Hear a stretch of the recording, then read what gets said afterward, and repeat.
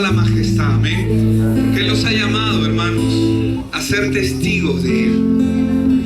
No se turbe vuestro corazón, dice su palabra. No se turbe vuestro corazón. ¿Creéis en Dios?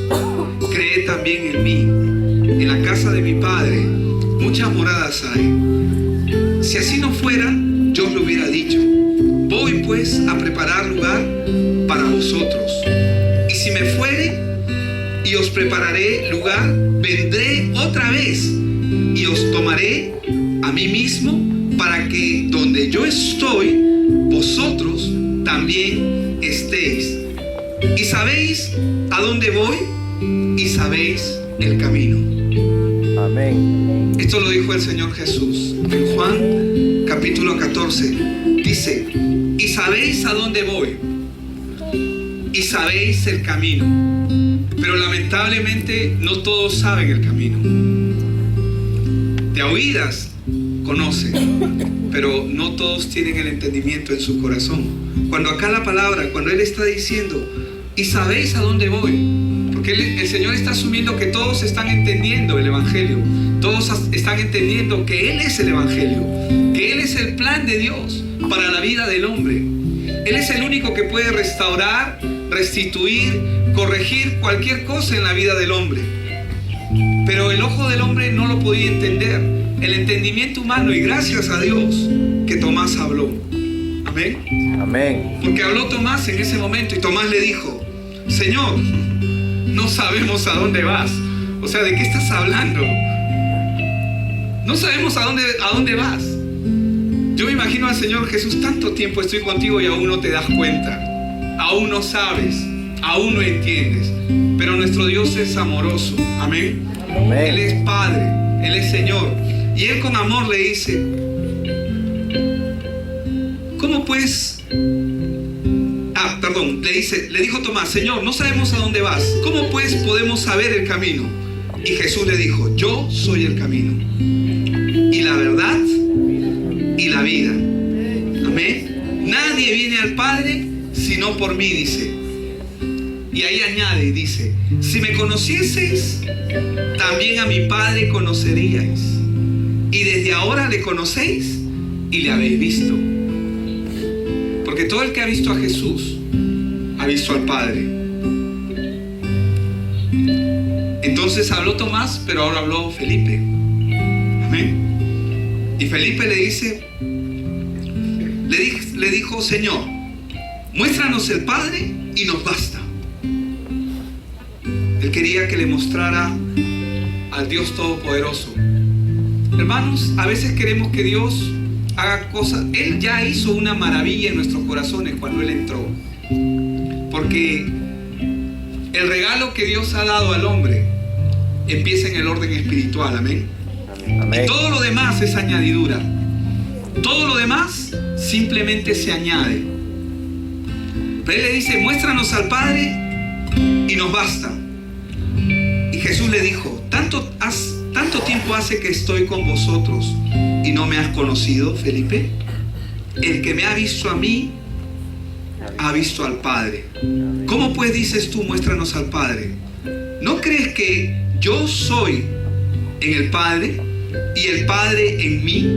Las palabras que yo os hablo, no las hablo, dice, por mi propia cuenta, sino que el Padre que pone en mí, Él hace las obras. Creedme que yo soy en el Padre y el Padre en mí. De otra manera, creedme, dice, por las mismas obras. De cierto os digo, el que en mí cree, las obras que yo hago, Él las hará también, y aún mayores hará, porque yo voy al Padre. Y todo, diga conmigo: todo. Otra vez, todo. Dice: y todo lo que pidieras al Padre en mi nombre, lo haré, para que el Padre sea glorificado en el Hijo. Si algo pidieres en mi nombre, ¿en el nombre de quién? De Jesús, yo lo haré. Amén. Amén. Amén. Amén. Hermanos, ¿cuántos conocen el camino? Amén.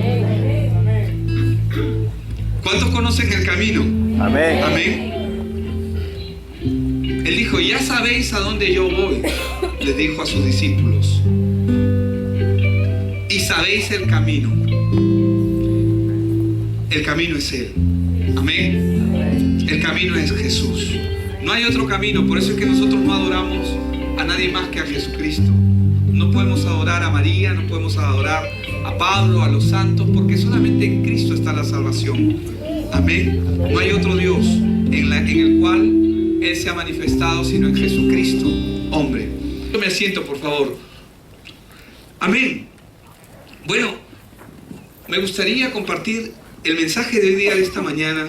Se llama ¿Cómo poder encontrarnos con Dios? ¿Cuántos quieren tener una comunión más íntima con Dios? Amén. ¿Cuántos tienen una comunión íntima con Dios? Amén. Qué lindo, gloria a Dios. Bueno, ¿cómo podemos encontrarnos con Dios? Y yo quiero empezar con este versículo que acabábamos de mencionar, que está en Juan 14, verso 6, que dice, donde Jesús les dijo: yo soy el camino y la verdad y la vida. Nadie viene al Padre si no es por mí. Amén. ¿Cómo podemos encontrarnos con Dios? Jesús dejó claras las cosas. Amén. Él dejó claro el camino. El Señor Jesús dejó claro el camino y Él lo dijo. Yo soy, dijo, el camino. Yo soy la verdad y yo soy la vida, dijo Él. Nadie, diga conmigo, nadie. Otra vez, nadie. Nadie viene al Padre si no es por mí. Es decir, ¿por medio de quién? De Jesús. Amén. Por medio de Jesús. ¿Por qué tuvo que venir Jesús? ¿Por qué tuvo que hacerse hombre? ¿Por qué tuvo que pasar lo que pasó? Hoy día vamos a aprender un poquito más acerca de cómo tener una mejor intimidad con Dios. ¿Cuántos quieren mejorar su intimidad con Dios? ¿Cuántos de repente, si son casados, dicen yo quiero tener una mejor relación con mi esposa? De repente puedo leer un libro, puedo leer un curso o asistir a un curso para mejorar mi comunicación, ¿verdad? Y si usted lo está haciendo es porque desea. Bueno, hoy día vamos a aprender cómo mejorar nuestra intimidad. Y parte de mejorar nuestra intimidad con Dios es necesario conocerle. Amén. Amén. Porque tú no puedes intimar con quien no conoces. Solamente puedes intimar con aquel a quien conoces. Amén. Porque tú no puedes hablar de lo que no sabes, pero sí puedes dar testimonio de lo que sabes. Bien, primero tenemos que entender lo primero. Primero tenemos que entender que Dios es espíritu. Diga conmigo, Dios es espíritu. Dios es espíritu. Así es. ¿Qué significa eso? Significa que como Dios es espíritu, ¿usted lo puede ver? ¿Cuántos han visto a Dios hoy día con sus ojos naturales? Nadie. ¿Por qué? Porque Dios es... ¿Cómo es Dios? Espíritu. Es espíritu. Y como Dios es espíritu, nadie ha visto a Dios. Por eso no se le puede ver con los ojos físicos. Una razón más por la cual el Señor Jesús tuvo que venir. Pero vamos a ir yendo poco a poco. Ahora, el hecho de que Dios sea espíritu no lo limita. Dios vino en forma de hombre a través de Jesucristo. Amén. Pero cuando Jesús estaba en la tierra, Él estaba limitado. Claro, en su humanidad al 100%, porque Él fue 100% hombre, lo hizo así por amor a nosotros. ¿Estamos ahí? Amén. Pero Dios no está limitado. Diga conmigo, Dios no está limitado. Ahora, escúcheme bien, cualquier cosa que ha sido creada por manos humanas no es Dios. ¿Está bien? ¿Qué hacen las manos del hombre? ¿Qué crean? Ídolos, crean cosas, incluso crean ilusiones. Pero cualquier cosa creada por manos humanas no es Dios, ni Dios está allí. ¿Estamos de acuerdo? Amén. Son ídolos y detrás de estos están los demonios. Eso es lo que la Biblia dice, que detrás de los ídolos hay demonios, hay un demonio que se sienta. Y un ídolo no solamente es una imagen, un ídolo también puede ser el amor obsesivo que una persona puede tener por otra, por los hijos, por los padres, por el esposo, por la esposa, o por alguien. ¿Aló? Amén. Amén. Vamos al Salmo 115 y vamos a leer del verso 2 al 8. Y dice la palabra: ¿por qué han de decir las gentes, ¿dónde está ahora su Dios? Nuestro Dios está en los cielos. Todo lo que quiso, ha hecho. Los ídolos de ellos son plata y oro, obra de manos de hombres. Tienen boca, pero no hablan. Tienen ojos, pero no ven. Orejas tienen, pero no oyen. Tienen narices, pero no huelen. Manos tienen, pero no palpan. Tienen pies, pero no andan. Ni hablan con su garganta. Semejantes a ellos, dice, son los que los hacen y cualquiera que confía en ellos. Dice que semejantes a ellos son los que los fabrican. Son iguales a ellos. Y peor aún, y también dice, y los que confían en ellos. Escúcheme bien. Si yo agarro y de este micrófono, yo hago un ídolo, miren el micrófono, y si yo me arrodillo y le comienzo a orar, le comienzo a clamar, probablemente tenga un milagro. ¿Qué? Pastor, ¿qué estás diciendo? Un micrófono. Sí, ¿sabe por qué? Porque de cualquier cosa que el hombre haga una idolatría, va a venir un demonio a sentarse. Y con la intención de seguir engañando al hombre, es probable que pueda hacer un milagro. El diablo también hace milagros. ¿Estamos de acuerdo? Amén. Amén. No hay muchos amenes, pero sí estamos de acuerdo, ¿verdad? Amén. Estamos de acuerdo. 1 Corintios 10:20 nos enseña y dice: antes digo que aquello que los gentiles sacrifican a los demonios, a los demonios los sacrifican y no a Dios. Y no quiero que vosotros os hagáis partícipes, dice, con los demonios. ¿Cuál es el deseo de Dios? Él no quiere que seamos partícipes con los demonios. Es decir, si ellos están rindiéndole culto, honor, homenaje, se están arrodillando, los están cargando, los están sacando, ¿qué está diciendo el Señor? ¿Quién está ahí? Ahí está, en una imagen que hay un demonio. Y el Señor está diciendo que no queremos que sean partícipes con ellos. No queremos que participes con esos demonios. ¿Aló? Amén. ¿Estamos de acuerdo? Estamos conociendo a Dios. Hemos visto primero que Dios, ¿qué es? ¿Es carne? Es espíritu.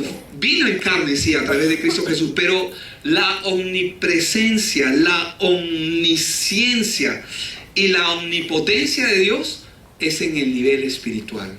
Amén. Por ello, podemos llamarle como le llamaban en el Antiguo Testamento. Ahora le llamamos Yahvé, Jehová o Jesús, porque Jesús le ha dado a conocer, Él es Dios. Pero en el Antiguo Testamento era el innombrable. El famoso tetragramatón, que son las 4 letras que representan el nombre de Dios, que son YHWH. Que después le pusieron vocales para que tenga un sonido. Pero el nombre de Dios en el Antiguo Testamento era el innombrable. ¿Amén? Amén. ¿Cómo era? El innombrable. ¿Por qué, hermanos? Porque Dios es Dios, Él es soberano. Ahora, Dios es espiritual y la buena noticia es que nosotros también. Diga conmigo, yo también. Yo también. Ok, porque nosotros somos seres espirituales, entonces la salvación significa un encuentro con Dios, pero en el nivel del espíritu. ¿Qué significa la salvación? Un encuentro con Dios a nivel espiritual. ¿Por qué espiritual? Porque Dios es espíritu. ¿Y cómo se comunica a Dios? En espíritu y en verdad, por medio de su espíritu. ¿Estamos de acuerdo? Es decir, como dice la Biblia en Corintios, que lo espiritual se acomoda a lo espiritual. Por eso es que cuando la palabra de Dios habla y dice que Dios está buscando adoradores, ¿qué tipo de adoradores busca Dios? Que le adoren ¿cómo? En espíritu y en verdad. Porque hay una forma de adorar a Dios en la carne y en mentira. Pero hay una forma correcta que Dios ha establecido. Diga conmigo, Dios lo estableció. Ahora, pero nosotros tenemos un cuerpo físico, ¿verdad? ¿Cuántos lo ven? Amén. Pueden mirar sus manos, pueden mirarse a sí mismo cuando se ve al espejo.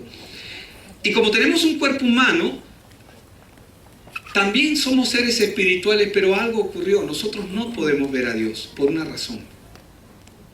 ¿Sabe por qué nosotros no podemos ver a Dios? Porque el hombre está muerto espiritualmente. ¿Sabía usted eso? ¿Verdad que sí? ¿Sabe por qué nosotros no podemos ver a Dios? Porque el hombre está muerto espiritualmente. Tú puedes decirle a un muerto, pásame esa cuchara, ¿te la va a pasar? No. ¿Te va a escuchar? No. ¿Te va a entender? No. Si te arrodillas, clamas, pides, ¿te escuchará el muerto? No. No, porque está muerto. Un muerto no puede escuchar. Entonces Dios, para comunicarse con el hombre, podía escuchar el hombre a Dios después de la caída. No, porque el hombre estaba muerto espiritualmente. Y como el hombre está muerto espiritualmente, la única manera en que Dios puede comunicarse con el hombre es por su palabra. ¿Estamos ahí? Amén. Nuestro espíritu está limitado dentro de nuestro cuerpo físico porque está muerto. No tenemos relación con Dios porque nuestro espíritu está muerto. La separación de nuestro cuerpo físico con nuestro espíritu es lo que conocemos como la muerte física. Recién se va a producir la separación del cuerpo con lo espiritual. Todo ser humano es físico, pero también es espiritual. Y también tiene un alma. ¿Estamos allí? ¿Verdad? Hermanos, es por esa razón que el Señor Jesús tuvo que enviar a su Hijo Jesucristo. ¿Por qué? Porque no había forma de comunicarse con el hombre. No había comunicación. Dios se comunicó directamente con él por medio de su palabra. Dios sabía que el hombre estaba separado. El hombre estaba separado. La palabra muerte significa separado de Dios. Por eso es que Dios envió a su Hijo Jesucristo. Amén. Porque la única forma en que el Señor levanta muertos, hace cosas, es por medio de ¿qué? De su palabra. Porque cuando nosotros vemos en Génesis y dijo Dios, sea la luz, ¿y qué pasó? La luz se hizo. Él tenía que venir personalmente y hablarnos. Vive. Gloria a Dios. Billy. ¡Wow! Señor, me llamaste. Él comenzó a poner el sentir como el hacer. Pero absolutamente todos los que están acá, la única forma en que han conocido a Dios es por medio de su palabra. Alguien tuvo que predicarles. Alguien tuvo que hablarles. Alguien tuvo que avivar su espíritu. Y solamente podía hacerlo alguien que está vivo espiritualmente. Jesús vino para eso. El Señor vino a darnos vida. ¿Cómo nos vino a dar vida? Por medio de su palabra. ¿Por qué? Porque el hombre está espiritualmente como estaba, muerto. Entonces la única manera en que el hombre podía volver a vivir era si Dios hablaba. Pero como Dios es espíritu, ¿el hombre podía escucharlo? No, porque estaba muerto espiritualmente. ¿Qué tuvo que hacer el Señor? Envió a su Hijo Jesucristo. ¿Para qué? Para darnos vida. ¿Para qué vino Jesús? Para darnos la vida. La vida. Él es la vida. Sus palabras son vida. Mis palabras son espíritu y son vida, dijo Él. Él ha venido a darnos vida. Amén. Y no cualquier vida. La clase de vida que Dios tiene. La palabra en el Génesis, en Juan, cuando habla de la vida, habla de la clase de vida de Dios, la palabra que se menciona es Zoe, Z-O-E, que significa la clase de vida que Dios tiene. Solamente por su palabra nosotros somos avivados, somos revividos, somos renacidos. Es necesario renacer por medio de la palabra. Para eso vino el Señor Jesús.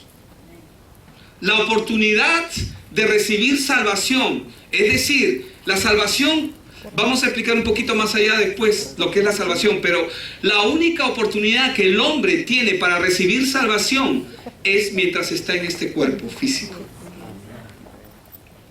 Mientras estamos en este cuerpo físico tenemos oportunidad de recibir salvación. Le digo algo, la Biblia nos enseña y nos habla, nos dice, por ejemplo, nos enseña y nos habla y nos dice en Lucas 16, 19 al 31, que les dejé como tarea la semana pasada a los que vinieron, que lo leyeran. Algunos ya conocen la historia, ¿verdad? Acerca del rico y el Lázaro. Amén. Pero ahí nos enseña que habían dos hombres, uno rico, que se vestía de púrpura y lino fino y hacía cada día banquete con esplendidez. Pero había también un mendigo llamado Lázaro que estaba echado a la puerta de aquel lleno de llagas, dice, y ansiaba saciarse de las migajas que caían de la mesa del rico, y aún los perros venían y le lamían las llagas. Aconteció que murió el mendigo y fue llevado por los ángeles al seno de Abraham. Y murió también el rico y fue sepultado, dice. En el Hades alzó sus ojos estando en tormentos y vio de lejos a Abraham y a Lázaro en su seno. Entonces gritando dijo: Padre Abraham, ten misericordia de mí y envía a Lázaro para que moje la punta de su dedo en agua y refresque mi lengua, porque estoy atormentado en esta llama. Una llama de fuego, por si acaso. Pero Abraham le dijo: Hijo, acuérdate que recibiste tus bienes en tu vida y Lázaro males. Pero ahora este es consolado aquí y tú atormentado. Además de todo esto, una gran cima, es decir, un abismo, está puesta entre nosotros y vosotros, de manera que los que quieran pasar de aquí a vosotros no pueden, ni de allá para acá. Entonces le dijo, el rico le dice: Te ruego pues, Padre, que lo envíes a la casa de mi padre, porque tengo 5 hermanos, para que les testifique, a fin de que no vengan ellos también a este lugar de tormento. Abraham le dijo: A Moisés y a los profetas tienen, que los oigan a ellos. Él entonces dijo: No, padre Abraham, pero si alguno de los muertos va a ellos, se arrepentirán. Pero Abraham le dijo: Si no oyen a Moisés y a los profetas, tampoco se persuadirán, aunque alguno se levante de los muertos. ¿Usted sabe cuál es el deseo de los que están ahorita en el infierno? Tener solamente un minuto de vida, ni siquiera minutos, segundos de vida, solamente para poder arrepentirse y recibir al Salvador de sus almas. Pero los que están en ese lugar no tienen oportunidad. Por eso, el único lugar donde el ser humano tiene oportunidad de salvación es mientras está en este cuerpo. La Biblia dice que este evangelio será predicado a toda criatura, y después que el mundo sea lleno de este evangelio, vendrá el fin. ¿Cuál es el camino para encontrarnos con Dios? Para tener una mayor intimidad. Ya vimos que para salvar al hombre, Dios, que es espíritu, vino en forma de hombre. Amén. Por eso es que la Biblia dice en Juan 1:14 que el verbo se hizo carne. ¿Qué es el verbo? La palabra. ¿Cómo creó Dios las cosas en el principio, en Génesis? Lo hizo por la palabra. Imagínate que tus palabras se hagan carne. Eso es lo que ocurrió. Lo que Dios hizo fue que su palabra se hizo carne, vino y se hizo carne y habitó entre nosotros. Gloria a Dios. Y habitó entre nosotros lleno de gracia y de verdad. Y vimos su gloria, gloria como la del unigénito del Padre. ¿Por qué Jesús vino en carne? Porque el espíritu del hombre estaba muerto. ¿Y cómo Dios hace renacer al hombre? Por medio de su palabra. Por eso es que Jesús tenía que venir. Una razón más, ¿verdad? Él es Jesucristo. Jesús tiene naturaleza 100% divina y 100% humana. Por si acaso, Jesús no es hijo de José biológico. ¿Aló? Amén. María recibió la semilla, es decir, el semen, la semilla que el Espíritu Santo puso en su vientre. Y por si acaso, es el Padre quien otorga la sangre al niño. La sangre del Señor Jesús tenía que ser sangre pura, no contaminada con el pecado. Si José hubiera sido su padre, Jesús no hubiera podido ser el Salvador del mundo.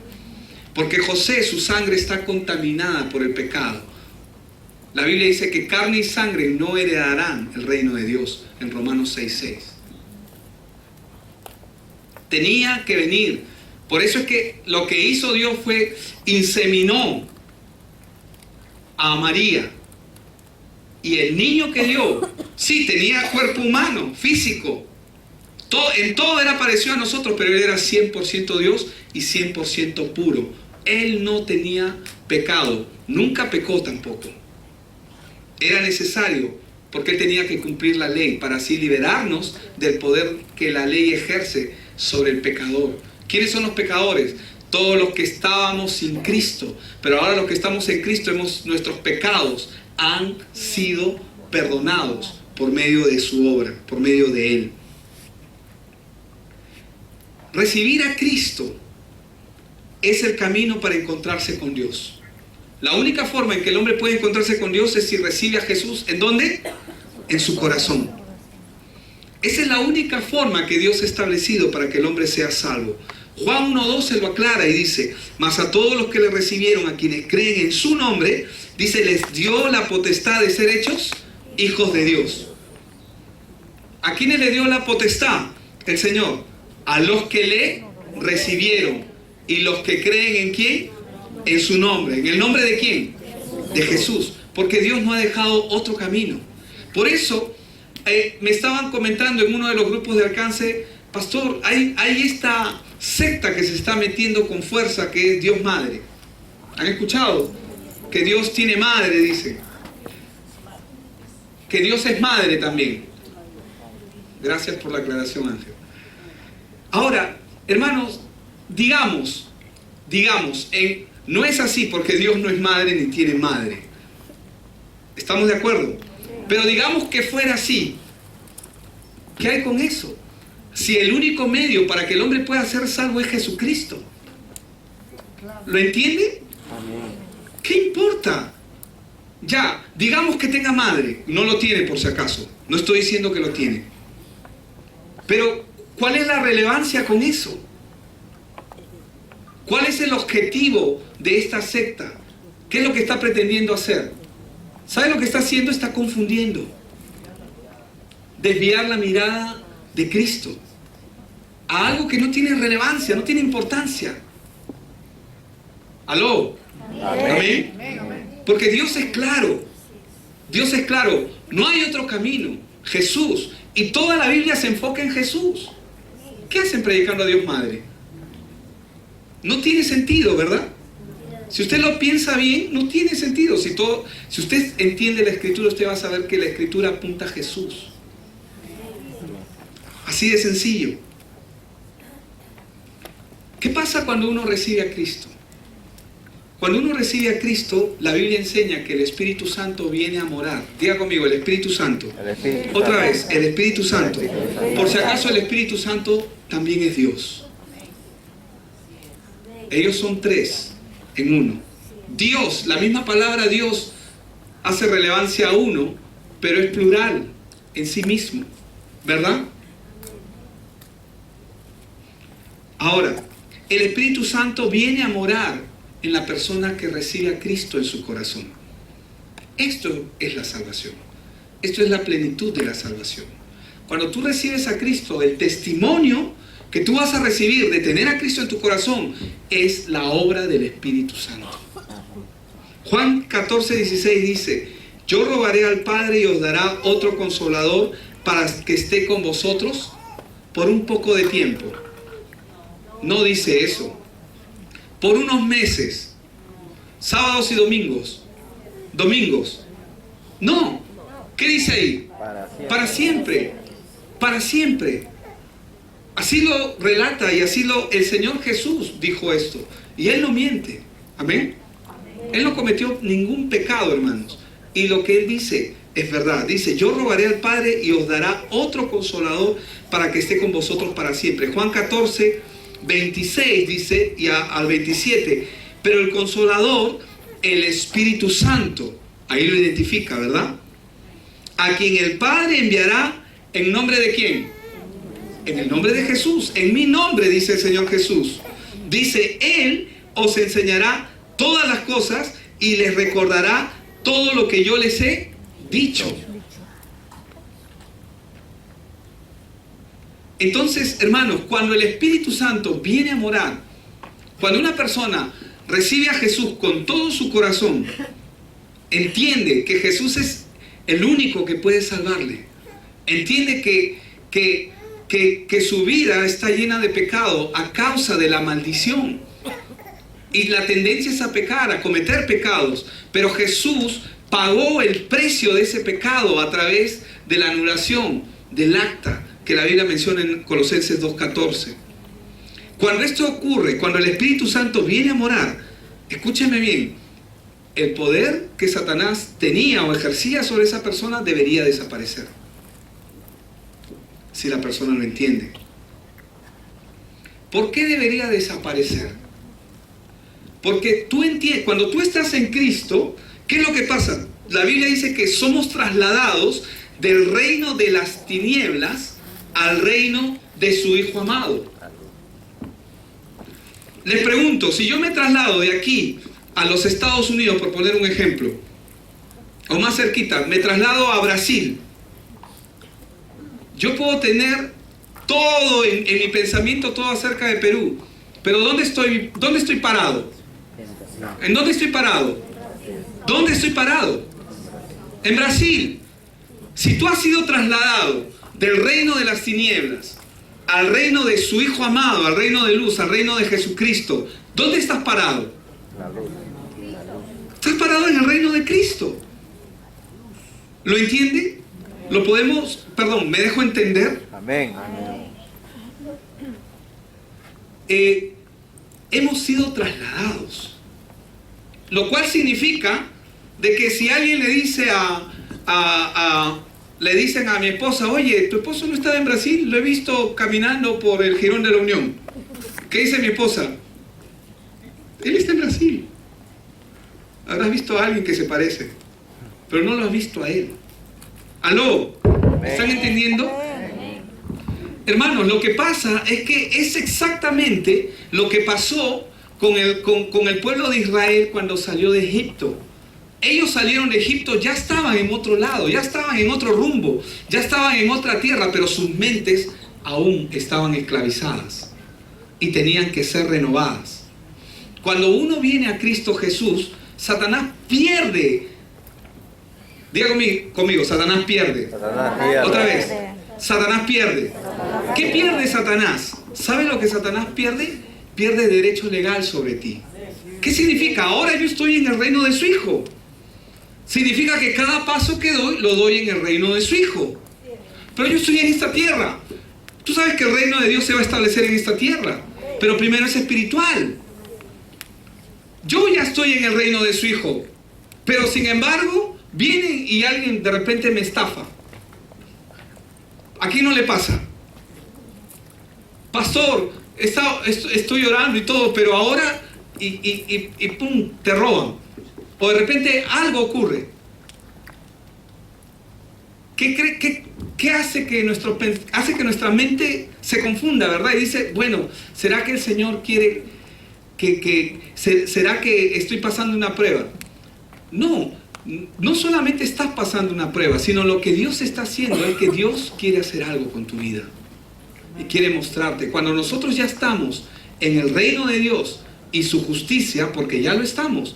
Si no, Jesús no hubiera dicho, Pablo no hubiera dicho en Efesios 1:3, bendito sea el Dios y Padre de nuestro Señor Jesucristo, que nos ha bendecido con toda bendición en los lugares celestiales en Cristo Jesús.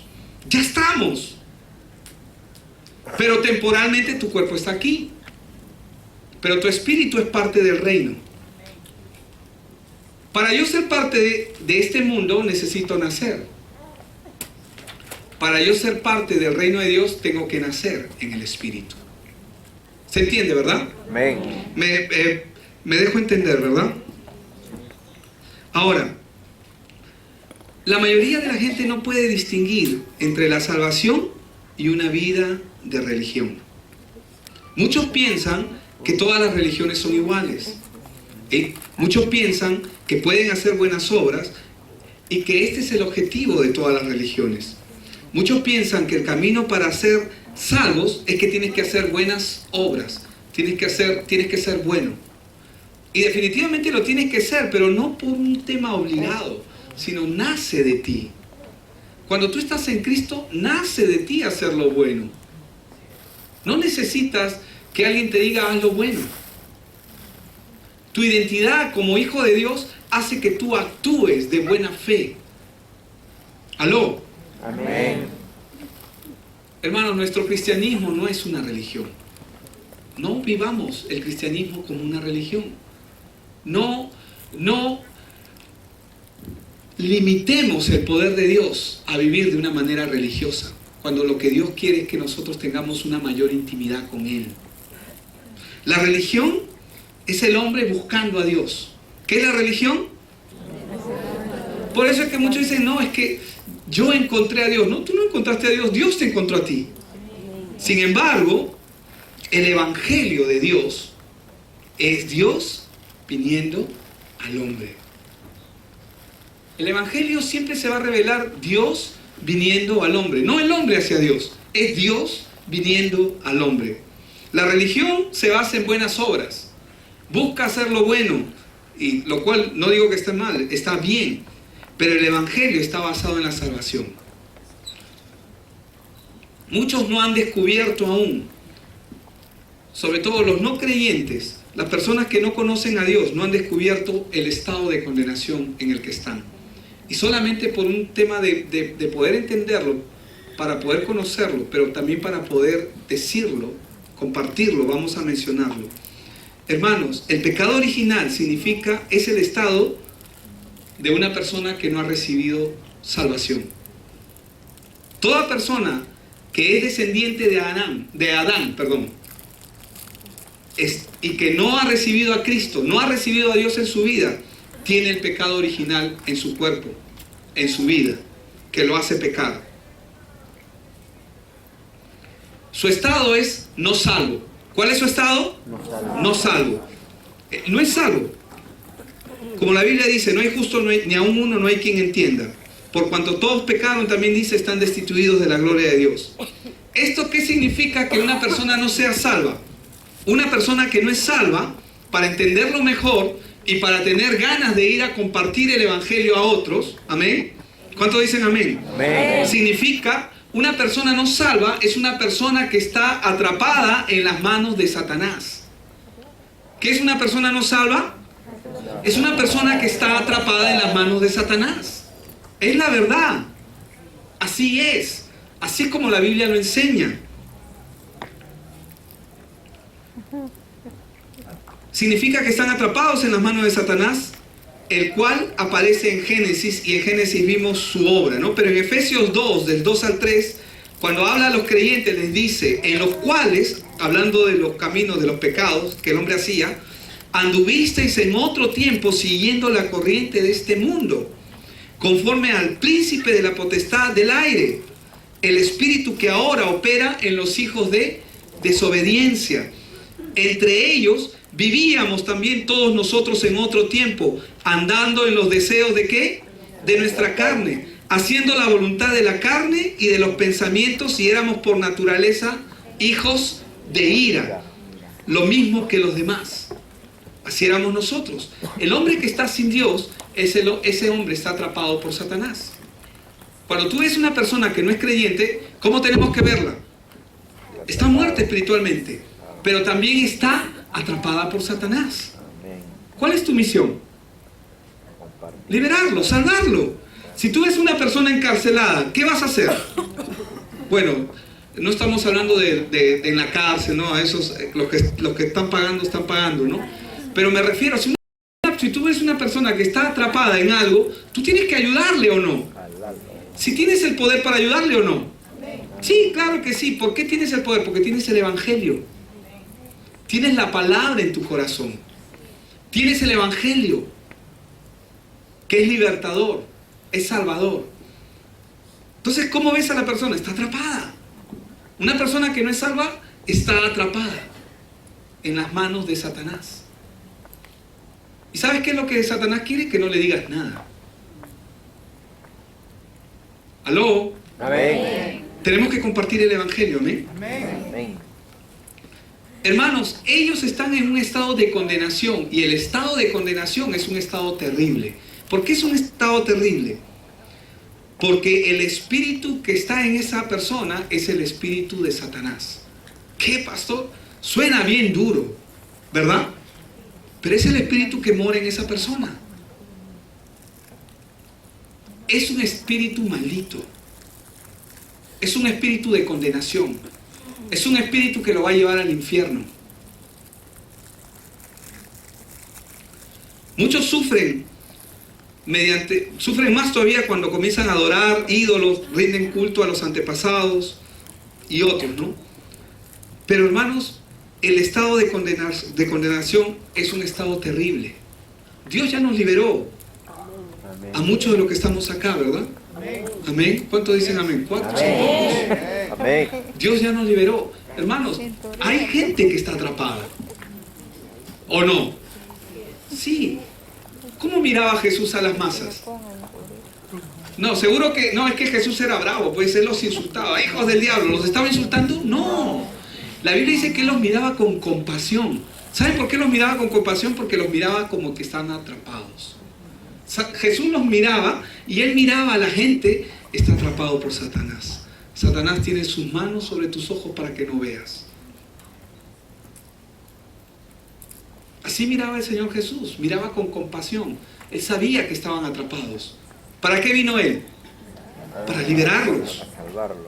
Amén.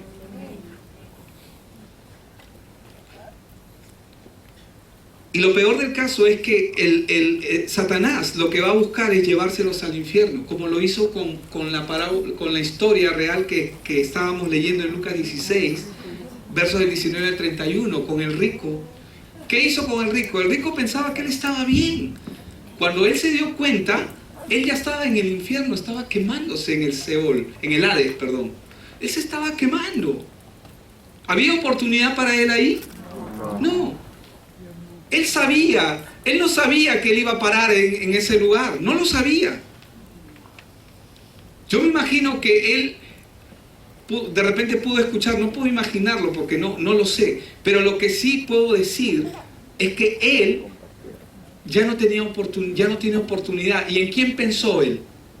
¿En quién pensó? En sus hermanos. ¿En quién pensó? ¿En quién pensó el rico que estaba en el infierno? ¿En quién pensó? En su familia. ¿En quién tenemos que pensar nosotros? Nuestra familia. Hermanos, si tenemos algo tan grande, tan poderoso como lo es la salvación, ¿en quién tenemos que pensar? Tenemos que aprender a mirar a la gente como Dios las mira. Pero a veces estamos tan ocupados en nuestros propios asuntos, ¿verdad? Eso pasa en otra iglesia, amén. Amén. Esta es una iglesia que extiende el reino, amén. Amén. Hermanos, este hombre que está quemándose actualmente, porque actualmente todavía sigue ahí, en ese lugar, esta es una historia real, él deseaba que Lázaro regrese para que le comparta a sus hermanos, para que ellos no vayan a parar al mismo lugar donde él estaba. ¿Pero se podía hacer algo? No se podía hacer algo. Porque la salvación solamente se puede recibir mientras estemos vivos en este cuerpo. Amén. Solo hay uno que puede salvar. Para salvar al hombre, esta persona debe ser alguien que pueda vencer el poder de Satanás. Y Jesús ya lo hizo. Él es el único que ha vencido. Debía venir en forma de hombre. ¿Por qué debía venir el Señor Jesús en forma de hombre? Una vez más, ¿por qué debía venir en forma de hombre? Uno, porque el hombre para recibir la palabra de Dios tenía que escucharla. Amén. Por eso es que el Señor Jesús siempre repetía vez tras vez: el que tenga oídos para oír, que oiga. No está hablando de que entiendas con tu cabeza, con tu mente. No, que tu espíritu oiga. Porque si tu espíritu oye, va a vivir. El que tenga oídos para oír, que oiga. O sea, Él está hablando al espíritu. Él está ministrando el espíritu. Él no está ministrando las carnes. Él sabe que carne y sangre no van a heredar el reino. Él sabía que todos los que estaban ahí se iban a morir igual, físicamente, pero Él está hablando a sus espíritus. Y cuando Él dice: el que tenga oído para oír, que oiga. Él está esperando que nazcan. Él está esperando que la gente nazca, para vida eterna. Ese es el principio de lo que Él está haciendo. Para eso vino. Él tenía que venir en forma de hombre también, porque el hombre, la paga del pecado es la muerte. Y el hombre tenía que pagar con su cuerpo la muerte física y la muerte espiritual. Tenía que pagarlas ambas. Esa es la otra razón por la que Jesús vino en carne. Por eso vino Dios en forma de hombre. ¿Por qué? Porque alguien tenía que pagar, y Él sabía que nosotros estábamos condenados, estábamos muertos. Vino y Él pagó el precio que demandaba el pecado del hombre. ¿Lo puede ver? Amén. Lo podemos verlo, ¿verdad? Podemos entenderlo. Debía venir en forma de hombre y debía ser sin pecado. Diga conmigo, sin pecado. Así es. Dice 1 Pedro 3:18, asimismo Cristo padeció una sola vez por los pecados del justo, por los injustos, para llevarnos a Dios, siendo a la verdad muerto en la carne, pero vivificado en el Espíritu. ¿Cuántas veces Cristo padeció? Una sola vez. ¿Y por qué padeció? Por los pecados. La Biblia dice, el justo por los injustos. Ahí vemos el intercambio. Ahí vemos el intercambio. Dios, que es santo, se hace pecador a causa nuestra, para que nosotros podamos tener comunión con el Padre. Por eso lo hizo. No debía ser descendiente de Adán. Jesús no debía ser descendiente de Adán. Debía ser hombre, pero cuando habla de descendiente, habla que no debía de ser semilla, es decir, el semen que estuvo en María, que dio origen al Señor Jesús, no debía pertenecer al hombre. Tenía que ser de Dios, porque solamente Dios es santo. Por eso es que Jesús no pecó. ¿Por qué no pecó? ¿Y por qué no podía pecar? ¿Y por qué no podía pecar? ¿Y por qué se mantuvo en esa posición siempre libre? Porque Él siempre fue santo. Amén. Él siempre fue santo. Y vimos que alguien sin pecado iba a morir para pagar el precio del pecado. El precio de la desobediencia. Hermanos, la desobediencia le costó al hombre la muerte espiritual, es decir, la separación de Dios con el hombre. Esto es mejor todavía. Como evidencia de que Él es Dios, tenía que resucitar. Era necesario, diga conmigo, era necesario. ¿Usted se pregunta por qué Cristo resucitó? ¿Se ha hecho la pregunta por qué el Señor Jesús resucitó? Porque muchos vemos, ¿no?, que Jesús resucitó, pero no entendemos por qué Jesús resucitó. ¿Por qué Jesús resucitó? ¿Saben por qué resucitó? Para dar testimonio de que Él ha vencido a la muerte. ¿Por qué Jesús resucitó? Para dar testimonio de que Él ha vencido a la muerte. Y que así como Él resucitó, nosotros también resucitaremos. ¿Cuántos dicen amén? Amén. Hermano, Cristo resucitó para vida eterna. Así nosotros también resucitaremos en Él. El testimonio era necesario. Él tenía que morir y luego resucitar. ¿Para qué? Porque la muerte está vencida. ¿Dónde está muerte tu aguijón?, decía el apóstol Pablo. Ya no hay. Absorbida es, dice, la muerte en Cristo. En Él ocurrió primero, en nosotros va a ocurrir también. Amén.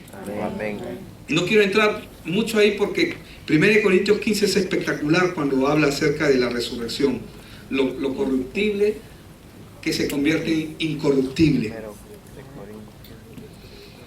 1 Corintios 15, 3, 5 dice: primeramente les he enseñado lo que asimismo recibí, que Cristo murió por nuestros pecados conforme a las Escrituras, que fue sepultado y que resucitó al tercer día conforme a las Escrituras, y que apareció a Cefas y después a los 12. Resucitó, amén. Resucitó. Nuestro Dios está vivo. Pero Él resucitó para mostrarnos a nosotros de que nosotros también vamos a resucitar. Él es la prueba. Él es la prueba viva de cuál va a ser nuestra condición. Él resucitó para que nosotros también resucitemos. Amén. Amén. Solo Jesús, que es Dios, puede vencer el poder de Satanás. y salvar al hombre. ¿Qué es exactamente la salvación? Hermanos, la salvación es ser libre del pecado que causa la destrucción. El pecado original que causa eterna condenación ha sido roto en Cristo. Amén. Es ser libre de los delitos que viene a causa del pecado. Y también la salvación es ser libre de nuestro pasado, de los pecados de nuestros antepasados. ¿Qué es exactamente la salvación? Es escapar del poder de Satanás. ¿Dónde estoy yo? ¿En qué reino vivo yo ahora? En el reino de la luz, en el reino de Cristo. ¿Tiene Satanás dominio ahí? No. Pero pastor, yo te veo aquí en la tierra. Mi cuerpo está en esta tierra, pero mi espíritu ya está en Cristo. Y yo habito donde Él habita. Aunque mi cuerpo físico no lo vea, yo sé que es así porque la Biblia me da la garantía de que esto es así. Él me da la garantía. Él se aseguró, amén. ¿Qué es exactamente la salvación? Es escapar del poder de Satanás y también de nuestro destino que estaba en él, en Satanás. ¿Qué es la salvación? Es poder sentarme ahora al lado de Cristo Jesús, en un trono celestial en el futuro. Juntamente con Él, Efesios 2:6, nos resucitó y asimismo nos hizo sentar. Pasado, presente o futuro. Pasado, ¿verdad? Nos hizo sentar. Él está hablando de algo que ya aconteció en los lugares celestiales. ¿Con quién? Con Cristo Jesús. ¿Qué es la salvación? Es mostrar las evidencias de que Cristo está en nosotros. ¿Qué dice Efesios 2:7? Para mostrar en los siglos venideros las abundantes riquezas de su gracia en su bondad para con nosotros en Cristo Jesús. Ya hemos visto que la evidencia de que Dios está contigo lo vamos a ver reflejado por medio de su Espíritu Santo.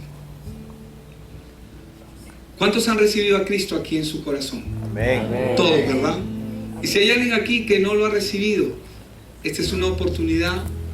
O piensa que se ha alejado, o piensa que está descarrilado. Déjeme decirle que Dios ya lo hizo todo. Amén. Y quiero decirle algo. Vamos a orar, pero ahora vamos a orar para que el Espíritu Santo se manifieste en su vida. Amén.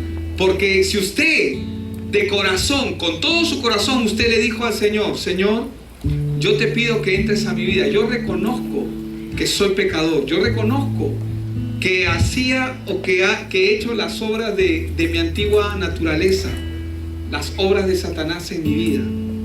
Y muchos hemos sido golpeados, apaleados por esas obras en el mundo.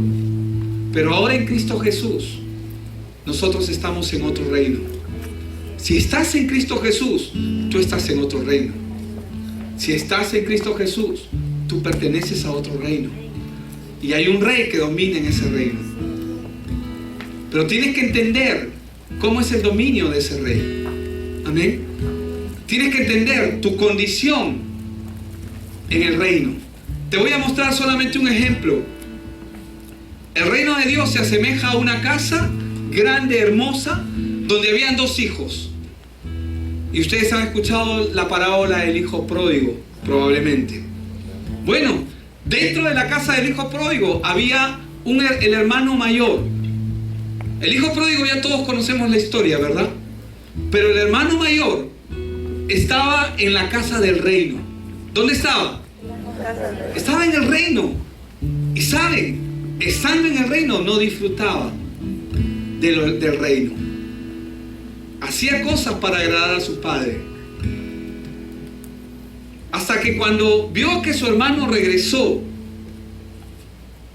probablemente regresó harapiento, sucio, con hambre, en miseria. Y él vio que su hermano, su papá mandó a a matar el cordero más grande que había, cordero bonito, agarró y lo cocinó, lo mató, le puso el anillo, lo mandó a vestir, le puso sus sandalias, y él agarró y le dice, noten lo que le dice él a su padre: yo todo el tiempo estoy contigo, todo el tiempo te estoy sirviendo aquí, y nunca, le reclama así todavía, nunca me has dado ni un solo cabrito para comerme con mis amigos. Este hijo, hermanos, vivía en el reino de Dios, estaba en el reino de Dios, pero no vivía conforme al reino. ¿Sabe lo que su padre le contestó? Hijo, todo lo que está acá es tuyo, cuando quieras podías haberlo tomado. Pero él estaba tratando de hacer cosas para que su padre le reconozca, porque él no entendía su condición de hijo. Siendo hijo, vivía como un esclavo en la casa del reino. Que no nos pase eso, amén. Amén. Que no nos pase que siendo hijos vivamos como esclavos en el reino de Dios y su justicia. Hermanos, el Padre nos ama. Amén. Y ahora tú estás en el reino de los cielos. Si tú estás en Cristo, estás en el reino de los cielos. La evidencia es el Espíritu Santo, que vamos a orar ahora para que haga su obra en cada uno. Vamos a cerrar nuestros ojos. Padre, en el nombre de Jesús, Señor, entendemos tu obra poderosa, Señor, que tú hiciste por cada uno de nosotros, Padre, y entendemos que en ti, en Cristo Jesús, ahora pertenecemos, somos parte del reino de los cielos, estamos en bendición, porque ahora estamos en tu reino, Señor. Pero, Señor, yo tengo que reconocer que muchas veces he estado viviendo como si no estuviera en el reino, Señor, pensando de una manera no conforme a tu palabra, sino pensando de una manera diferente. Señor, yo quiero orar en esta mañana para que tú puedas traer en nuestro corazón, por medio de la promesa que tú nos diste, el Espíritu Santo, el Espíritu de verdad, el Consolador, el testimonio de que somos hijos tuyos, Señor, el testimonio de que vivimos en tu casa, el testimonio que somos parte de tu reino, el testimonio de que nada nos podrá hacer frente todos los días de nuestra vida, el testimonio de que las puertas del Hades no pueden prevalecer en contra de nosotros, el testimonio de que cuando algo está pasando a nuestras vidas, Espíritu Santo, tú puedas guiarnos para entender y saber qué cosa es lo que realmente estás haciendo. Señor, que no miremos nuestra vida como, ay, ¿por qué tengo que pasar esto? ¿Por qué tengo que sufrir esto? Sino que podamos ver nuestra vida entendiendo que tú eres Dios y que nuestra vida está en tus manos. Espíritu Santo, yo te pido ahora, en el nombre de Jesús, que tú puedas llenar el corazón de cada uno de tus hijos. Señor, sabemos que tú ya estás porque es bíblico, es espiritual la obra. Pero, Señor, comienza a traer la afirmación de lo que tu palabra dice, que se cumpla la escritura en cada uno de los corazones que están aquí en esta mañana todavía, que se cumpla la escritura en cada uno de ellos, Señor, en cada uno de nosotros, de que somos hijos de Dios, que somos hijos del reino y que el enemigo no tiene absolutamente ninguna oportunidad en contra de nosotros. Que si algo pasa es porque tú nos estás guiando y tú nos estás queriendo enseñar. Que podamos mirar, Señor, como miró José su vida. José, cuando fue vendido por sus hermanos, que no se molestó, Señor, sino sabía que tú lo estabas llevando. Como lo miró Daniel, como lo miró cada uno de los testigos que han sido de Cristo, como lo miró Pedro, como lo miró Juan, Señor, como lo miró el apóstol Pablo, Señor. Que todo es para la extensión del Evangelio, que todo es para la extensión del reino de Dios. Que podamos verlo, que podamos entenderlo,